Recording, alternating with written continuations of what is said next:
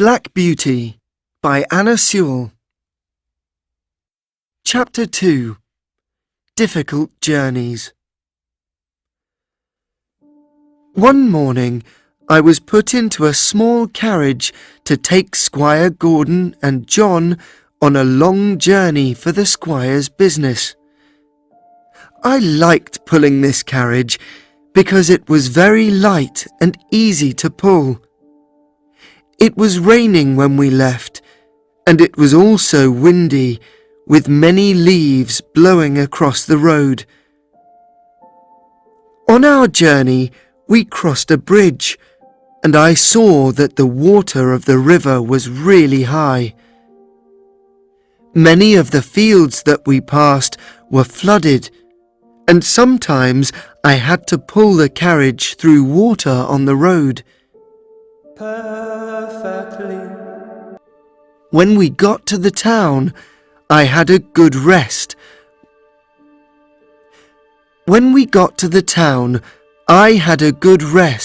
While Squire Gordon did his work. We started to go home late in the afternoon, and now there was a real storm.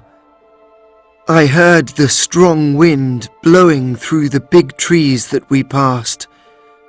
"I will be happy when we are out of the wood," said Squire Gordon.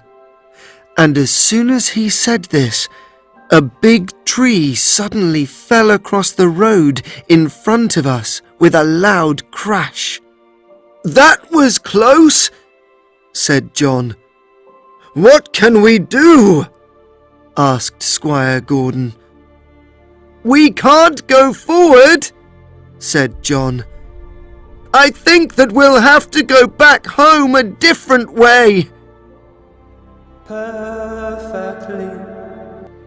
So we went back along a different road. It was longer, and when we got to the bridge, it was dark. We started crossing the bridge, but I felt that something was wrong, so I stopped. "Come on, Beauty," said Squire Gordon, who tried to make me cross the bridge. "There's something wrong," said John. "What's the matter, Beauty?" I knew that the bridge was not safe, but I could not tell him. Then we heard a man shout from the other side of the bridge. "Stop!" he called. "The bridge is broken in the middle. If you continue, you will fall into the river." "I see," John replied. "Thank you, sir." "And thank you, Black Beauty," called Squire Gordon. "You saved us!" Perfectly. We had to take another road home, but the wind was less strong now. At last we saw the gates of Birtwick Park. I was very pleased to be home and enjoyed my evening food because I was very tired. A few weeks later, Squire Gordon and his wife decided to visit some friends who lived about 60 kilometers from my home. They drove Ginger and me about 35 kilometers on the first day. We stopped often before we reached the town, where we would stay for the night at an inn. Ginger and I were fed and brushed. We were ready to go to sleep when another horse arrived. His young rider smoked a cigarette while his horse was brushed. Perfectly. I don't know how long I slept or what time it was when I woke up. I felt uncomfortable, although I did not know why. I heard Ginger coughing, and I saw that the air was filled with smoke. Then I knew that there was a fire. A man appeared with a lantern and tried to take the horses outside. We could see that he was anxious, and this frightened us even more.